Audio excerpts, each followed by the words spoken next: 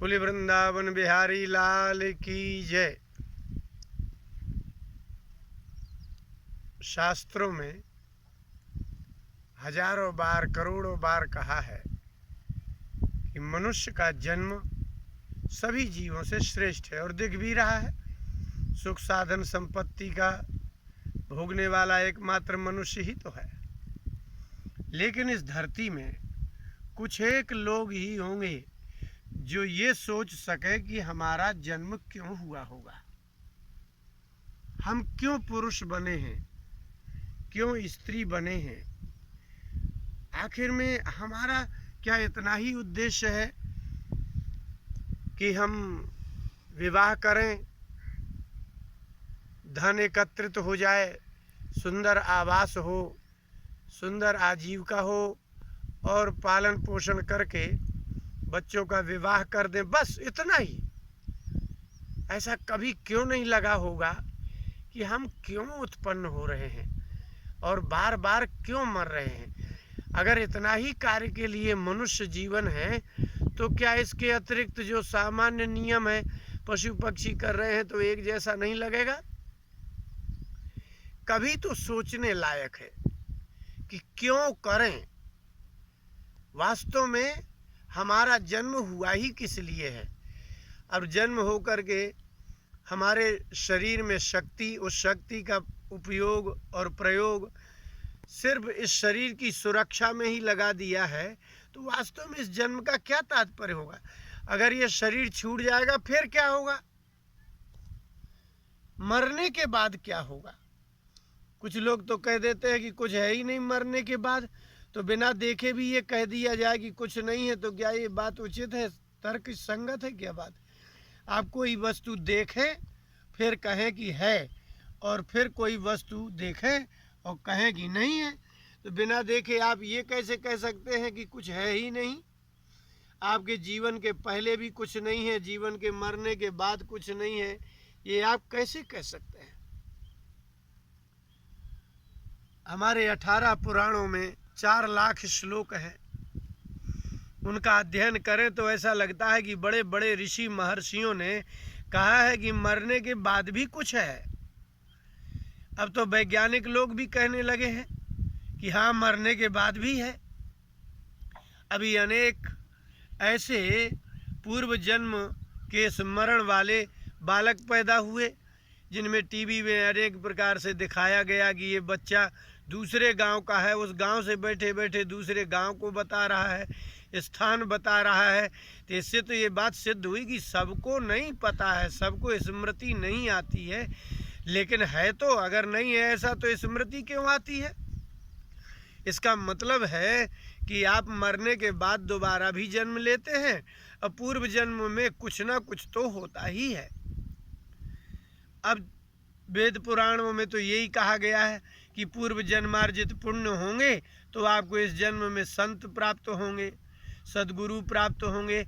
इसका मतलब है कि आपका जन्म होता है और पहले भी आपका जन्म था और आप इसी मृत्यु लोक में ही थे, पुरुष थे, स्त्री थे, ये आपको स्मरण हो जाता है।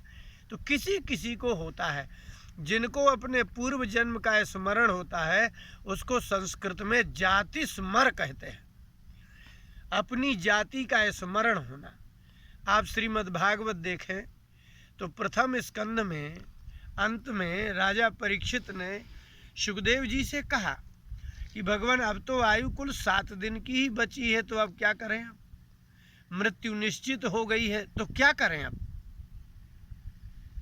अच्छा प्रश्न था। तो जैसे ही द्वितीय स्कंद प्रारंभ होता है, सुखदेव जी का प्रथम उवाच है वो, और उसके 6वें श्लोक में भगवान सुखदेव जी बोले कि परीक्षित, तुम अभी तक राजा बने रहे, अभी तक प्रजा पालन करते रहे, आपको कभी ऐसा लगा कि हमारा जन्म क्यों हुआ है? जो सब कर रहे थे वही तो आप कर रहे थे, जो राजा कर रहा है वही प्रजा कर रही है, जो बुद्धिमान कर रहा है वही मूर्ख कर रहा है, जो बलवान कर रहा है वही निर्बल कर रहा है। तो क्या तात्पर्य निकला?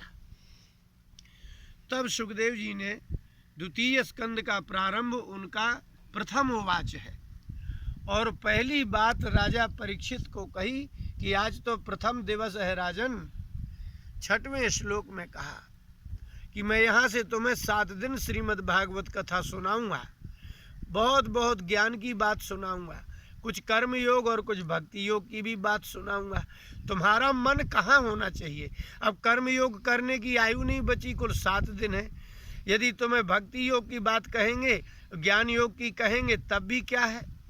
तब उन्होंने कहा कि एतावान सांख्य योगाभ्याम स्वधर्म परिनिष्ठया जन्म लाभा परः पुंसा मनते नारायण स्मृति। एतावान, बस इतना ही जन्म लाभा, जन्म का लाभ, आपके मनुष्य जन्म होने का एक ही लाभ है। क्या लाभ है? बोले अंते नारायण स्मृति। आपको अंत में भगवान का स्मरण हो जाए, मरण काल में स्मरण आ जाए, ये तो बहुत ही कठिन बात है।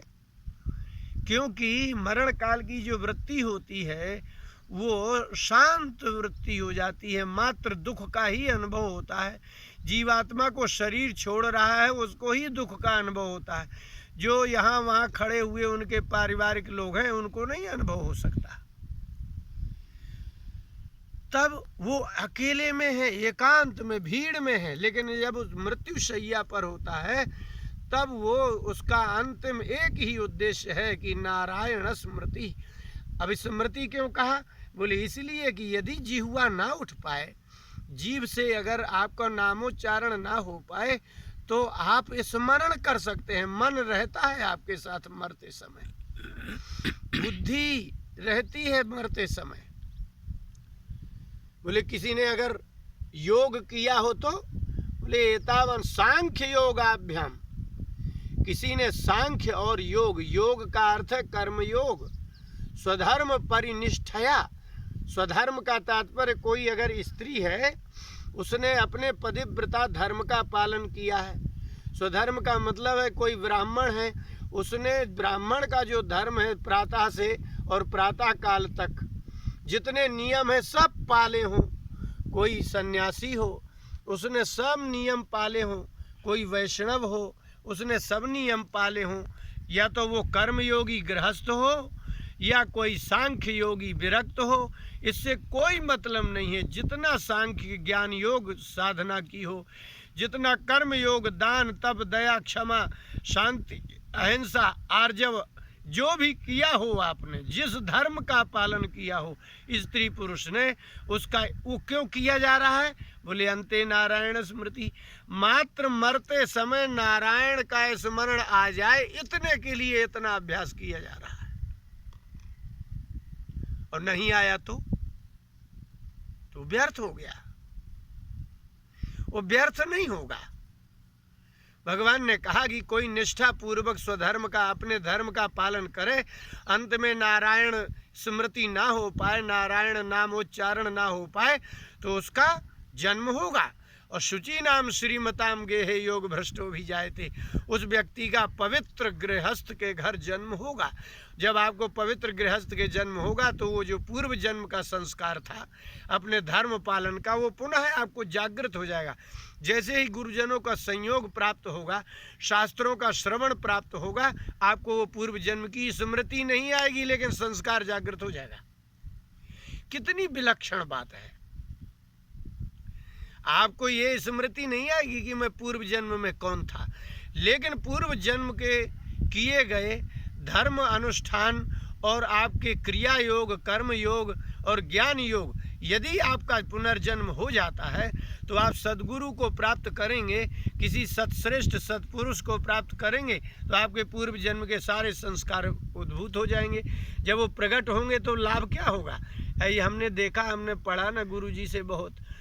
एक विद्यार्थी इतना परिश्रम करता है कि अत्यधिक परिश्रम करता है, और अधिक से अधिक परिश्रम करने के बाद भी उसको स्मरण नहीं रहते, सूत्र नहीं, श्लोक नहीं, और बात ही समझ में नहीं आती। परिश्रम होने पर भी, पुरुषार्थ होने पर भी विद्या नहीं आई। उसका क्या कारण है? और एक ऐसा बालक जिसको गुरुजी ने एक बार कहा, उसने एक बार में समझ लिया वो बात को, और वो समझता गया और वो विद्वान हो गया। वो 2 वर्ष बाद तो वो पढ़ाने ही लगा। तो ये क्या है, ये क्या हो सकता है? इसका मतलब है कि आप जब इस जन्म में यदि स्वधर्म का पालन करते हैं, ज्ञान योग व्यवस्थिति, ज्ञान योग में आपकी स्थिति अच्छी होती है, अथवा कर्म योग, आप अपने अच्छे से सत्कर्म का कर्म पालन कर रहे हैं परिवार के प्रति, समाज के प्रति, और फिर अपनी निष्ठा के अनुसार आप तपस्या करते हैं, भगवत भक्ति करते हैं। अब जब आपका अगला जन्म होगा तो आपको गुरु को सिर्फ बोलना होगा और आपको आ जाएगा। तो ये तो बहुत बड़ी सुविधा हो गई।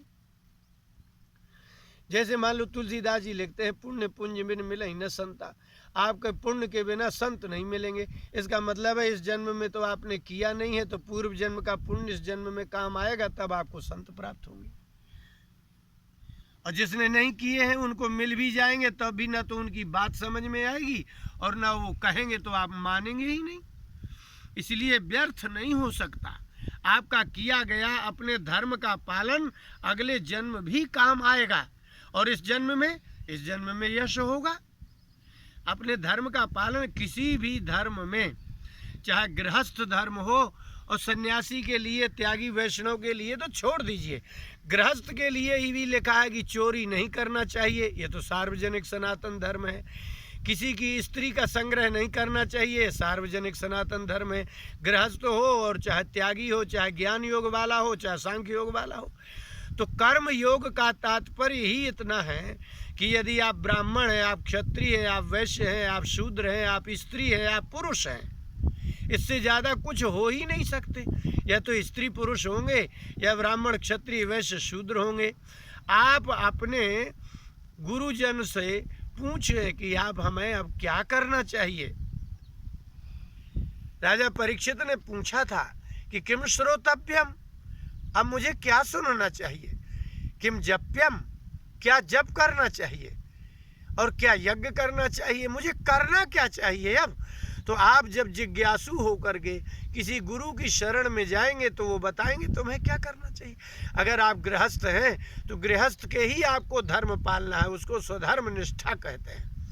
आप अपने धर्म में ऐसे परिनिष्ठित होना चाहिए, इतनी निष्ठा होना चाहिए जैसे आपको अपनी वस्तु में निष्ठा होती है। आपसे कोई वस्तु मांगने आए तो आप कहते हैं भैया इतनी ही है, हम नहीं देंगे। अथवा वो कोई ज़बरदस्ती चाहता है तो आप उससे लड़ जाएंगे, आप वस्तु देंगे ही नहीं। तो जैसे आप अपनी वस्तु के प्रति एक निष्ठ होते हैं, वो किसी को नहीं देते हैं, ऐसे स्वधर्म, अपने धर्म का पालन करना है। मान लीजिए आपकी पत्नी ठीक नहीं है, आप पति हैं, तो आप अपने पति होने का तो धर्म निश्चित से निभाइए, चाहे पत्नी ठीक ना हो। यदि आपके पति ठीक नहीं है तो आप तो पत्नी धर्म का निभाइए, आपको अपने धर्म का फल प्राप्त होगा, आपको अपनी निष्ठा का फल निश्चित ही प्राप्त होगा, इसमें कोई संदेह ही नहीं है। क्योंकि आप अकेले पैदा हुए हैं तो अकेले ही मरेंगे और अकेले ही पुनः पैदा होंगे। तो इस जन्म लाभा, आपके जन्म का क्या लाभ है, आप विचार करके देख लीजिए। बोले जन्म लाभा, जन्म का लाभ इतना ही है, आप मनुष्य बने हैं, स्त्री पुरुष बने हैं, तो आपका इतना ही तो है कि आपके, अच्छा भगवान भी बड़ी दया करते हैं, समय पर विवाह करेंगे, संतान करेंगे, संतानों का विवाह करेंगे और अब आपकी आयु शेष रह जाएगी। अब तो आपको अगर भगवान का इतना ही उद्देश्य होता कि इसका विवाह करके संतान हो जाए, बस अगर इतना उद्देश्य होता तो आपके संतानों के विवाह के बाद आप 20-20, 30-30 साल जी रहे हैं। क्यों जी रहे हैं? कार्य पूर्ण हो चुका, समाप्ति हो जानी चाहिए थी। लेकिन गृह कार्य समाप्त होने के बाद भी आपको 20-20, 30-30 साल तक की अधिक आयु दी गई है। वो क्यों दी गई? अब जब पुनः संतान नहीं करना है, आपको पुनः संतानों का विवाह नहीं करना है, तो आपका कर्म तो समाप्त वहीं हो जाता है जब आपकी संतानों का विवाह हो जाता है। अब जो बची हुई आयु है उसका क्या करें? अब है जन्म का लाभ यही है। लेकिन आपका यदि कोई सद्गुरु का शरण प्राप्त नहीं हुई होगी, यदि आप किसी श्रेष्ठ संत के संपर्क में नहीं होंगे, तो आपकी चित्तवृत्ति वैसी ही रहेगी जैसी सामान्य लोगों की होती है। आपका मन वैसा ही होगा। इसीलिए कहा है कि सांख्य हो या कर्म योग, ज्ञान योग, कर्म योग के निरंतर अभ्यास और अपने धर्म के पालन का निरंतर अभ्यास का फल ही इतना है कि अंते नारायण स्मृति, अंत में आपको नारायण भगवान का स्मरण हो जाए।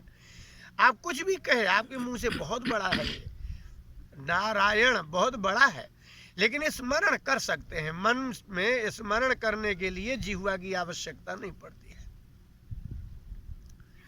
जीव की आवश्यकता तो तब पड़ती है जब आपको बोलना भी हो, लेकिन मन का मतलब है। इसीलिए वल्लभाचार्य जी भगवान ने कहा है कि मानसी सा परामता, आप प्रतिदिन मानसी पूजा आंख बंद करके करिए। आपके मन को अभ्यस्त हो जाना चाहिए। आप जब 10 मिनट 5 मिनट बैठ करके कैसे ध्यान करेंगे कि बस भगवान सिंहासन में विराजमान है, अब मैं उनका स्नान करा रहा हूँ, मैं स्नान करा करके अब उनके बढ़िया सुंदर और स्वच्छ वस्त्र से उनका शरीर प्रोंछन कर रहा हूँ, पोंछ रहा हूँ।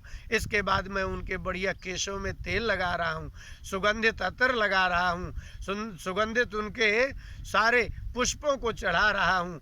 उनके नीचे जो गद्दी है वो बड़ी सुकोमल है। इसके बाद मैं उनकी आरती कर रहा हूँ। आरती करके और फिर भोग लगाइए। मन का ही तो लगाना है ना, आपको बनाना तो नहीं है। इतने सुंदर स्वादिष्ट पकवान का भोग लगाइए। इसका क्या तात्पर्य है? इसका आश्चर्य है। मानसी पूजा का बड़ा प्रभाव पड़ता है। आप मन से जब किसी का ध्यान करते हैं, बड़ा मन का बहुत बड़ा प्रभाव पड़ता है। नाभा जी के गुरुदेव जो भक्तमाल जिन्होंने लिखा है वो नाभा जी हैं। उनके गुरुदेव ध्यान लगा करके भगवान का भोग लगा रहे थे। अब देखिए, भोग लगा रहे हैं गुरुदेव, और समुद्र में नाव फंस गई उनके शिष्य की, तो उसने वहीं से आवाज़ लगाई, गुरुदेव रक्षा करो। तो वो ध्यान में उनको श्रवण हुआ और ध्यान मग्न में अपना शिष्य दिखा और वो ध्यान थोड़ी विचलित होने लगा। बगल में खड़े हुए जो शिष्य थे नाभा जी, उन्होंने कहा, गुरुदेव आप भोग लगाइए, मैं जा रहा हूँ, ठीक कर दूंगा। क्या है ये? मन नहीं तो क्या है? मन का दिव्य प्रभाव समझिए। माने नाभा जी के गुरुदेव ध्यान में भगवान का भोग लगा रहे हैं, लेकिन गुरु जी क्या भोग लगा रहे हैं, उनके मन में शिष्य का मन प्रविष्ट हो गया और उन्होंने कहा कि हम देखते हैं उनको। अंत में वो नाभा जी अपने मन से गए और उसके झंझावात से मुक्त किया और उसके जहाज को ले आए। मन का प्रभाव बहुत विलक्षण है। अभी अमेरिका में हमने सुना था कि वहाँ एक जज से कहा गया किसी की मृत्यु घोषित करने वाले हैं। बोले हाँ। बोले तो आप ऐसा निर्णय दीजिए कि इसको सर्प दंश से, सांप कटा करके ही इसकी मृत्यु होगी, लेकिन सांप को कटवाना नहीं है, मन का प्रभाव देखना है। तो उन्होंने मृत्यु घोषित कर दी, तारीख दे दी। उन्होंने क्या किया कि उस कैदी की आंखें बांध दी और सांप की जैसी आवाज़ टेप रिकॉर्ड से सुनाई गई। एक नकली सांप बना करके उसके 2-4 जगह सुई लगा करके छिद्र कर दिया। उसका शरीर छूट गया और जब देखा शरीर में पोस्टमार्टम किया तो विष था नाग का। मन का प्रबल प्रभाव। ये सारा संसार मन से ही तो चल रहा है। मन से आप जा सकते हैं। योगी जन जो होते हैं वो मन के द्वारा ही चले जाते हैं। चाहे जो दूर श्रवण, दूर से दूर बात को श्रवण करने की शक्ति मन की साधना से है। और इतना ही नहीं, यहाँ से आप सशरीर सूक्ष्म शरीर से वहाँ पहुँच सकते हैं, ये भी मन की साधना है। भगवान ने 11वें स्कंद में श्रीमद् भागवत में उद्धव जी को बताया, एक अपने शरीर को छोड़ करके दूसरे के शरीर में प्रवेश कर जाना। किसी के हृदय की बात, मन की बात जान लेने के लिए आप अपने मन को दूसरे के मन में प्रवेश करा के जान सकते हैं। इसी का नाम है अंतर्यामी, अंदर प्रवेश कर जाना। तो मन को भगवान ने शरीर से और बुद्धि से अधिक प्रबल बना दिया है। इसलिए सुखदेव जी ने कहा कि परीक्षित, अब शरीर से सत्कर्म करने की आवश्यकता नहीं है, अंते नारायण स्मृति। ऐसा अभ्यास करते रहो, पूजा का अभ्यास, ध्यान का अभ्यास, चिंतन का अभ्यास करते करते जब आपका शरीर छूटेगा तो आपका मन इतना प्रबल अभ्यस्त होगा कि वह अंत में नारायण की स्मृति कर लेगा। और यदि आपने कभी भी अपने मन से कुछ और सोचा ही नहीं है, सिर्फ यही अपने घर परिवार समाज और अर्थ का ही ध्यान किया है, मरते समय यही ध्यान आएगा। जो जैसा स्मरण करता है वो उस शरीर को प्राप्त होता है, भगवान कहते हैं।